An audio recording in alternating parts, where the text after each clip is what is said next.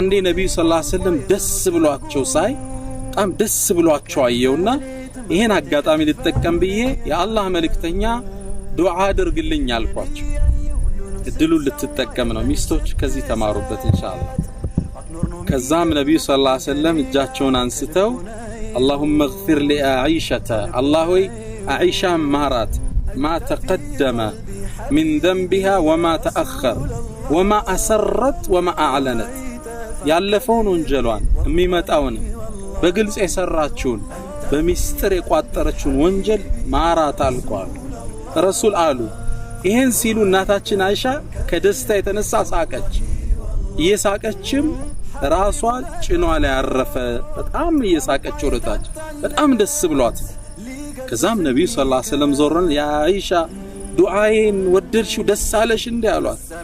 አሁን አለች። ከዚህ በላይ ምን ዱዓ አለ ያ አይሻ አሏት። ተመልከቱ هذه دعوتي لأمتي في كل صلاة ይሄው ላንቺ አሁን ብቻ ያደረኩልሽ ምናልባት በእድሜው አሁን የተደረገላት ብቸኛ ዱዓ ለኡመቶቼ በየሁሉ ሶላቴ በፈርዱም በሱናውም ሶላት ሁሌ ማደርገው ዱዓ። ይህን አዛኝ ነብይ ተመልከቱ። ያ አዩሃ الذين آمنوا صلوا عليه وسلموا تسليما ጭንቀታቸው ኡመታቸው፣ ጥበታቸው ኡመታቸው